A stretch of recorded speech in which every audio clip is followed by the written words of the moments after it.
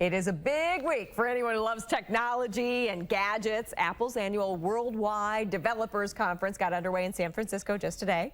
As always, there's a lot of speculation about what the company may have up its sleeve. Apple's expected to roll out a new iRadio streaming music device. I've heard about that one, but this year there are also a lot of questions about what's ahead for Apple. Our tech expert Ramsey Mohsen is here now to kind of break us down for it, what we can expect to hear about all week. But today's the big announcement day. Yeah, right? So all week, developers from around the world gather in California and essentially listen to some of the new updates and software changes that Apple has. But they also announce services and new hardware and things like that, and that's what happened today. So that's always the first, they launch it that way. Exactly. Okay, so this iRadio thing, or this iTunes radio, what are they calling it? Yeah, so iTunes Radio, in short, it's like Pandora. So, okay. It's exactly like Pandora. Pandora was getting a little too much action, so they have to get in on it, right? Yep. Essentially what you do is either using your phone or your desktop iTunes software, you pick a favorite artist or a favorite song, and then it creates a radio station Create your own station. Very similar to Pandora then, yeah. It's free, just like Pandora. It has ads. $24.99 if you want to subscribe for ad-free.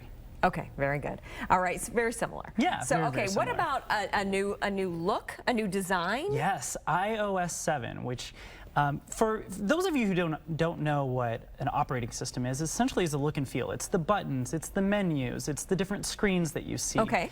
And since 2007, Apple has not changed that. For better or worse, people are very familiar with the buttons and how email works. And people are very resistant to change. Very resistant to change. Yeah. However, there's been a big design shift and a design trend called flat designs. So what you're going to see with this new update is things are going to look a little more flat. They're not going to have drop shadows, or they're not going to have sort of this a real-life look and feel. So a lot of times you'd look at things like the calendar, and it would look exactly like a calendar with stitching and things like that. Sure. So with iOS 7, people are saying it's more colorful, it's fun, but things are more squared off, and this sort of flat design is really sort of essentially reacting to the design trend in the industry. Now, by the way, Apple was not the first to set this trend. Windows 8 and Windows Phone initially were the first to market really in mass to sort of push this sort of design. And so they're kind of playing catch up.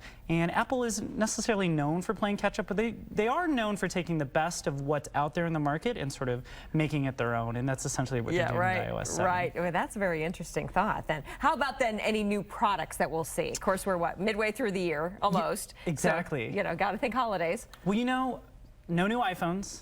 No new iWatch, which essentially is one of the big rumors that people thought that we were going to get. Not there. No new iPads. Okay. There are only two new products, a new MacBook Air and essentially something that's called the new MacBook Pro, which is a desktop. Okay, so what do you think of these? Well, the MacBook Air historically is the industry leader for Ultrabooks, and essentially what that is the super lightweight laptops. Right. And in my opinion, it's still the best in the industry. All they did was upgrade the processor so it's faster, there's actually more memory, and the battery life lasts an entire day. So if you're looking for an Ultrabook, there's not a better time to buy if you like Apple products. Interesting. MacBook Air is awesome to have. Okay, good to know. How about the desktop? Do you like it too? The MacBook Pro is really only for what I call precision users, people who are graphic design artists, or they edit video and they need really hardware intense types of machines.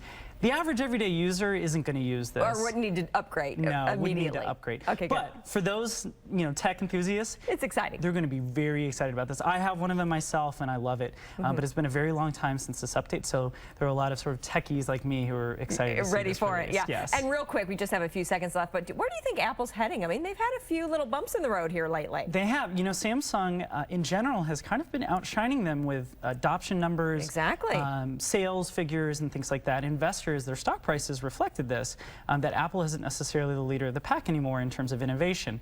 Now, with this new update, iOS 7, it puts them right back in contention. It extends the life of iPhone 5, and we all know that historically in September, October, when they release iOS 7 to the public, I could bet that the iPhone 5S is probably coming, and maybe some updates to the iPad and other They're hardware. not going anywhere. They're not going anywhere. Ramsey, it's always a pleasure chatting with you. I love how you know all this stuff already. Perfect.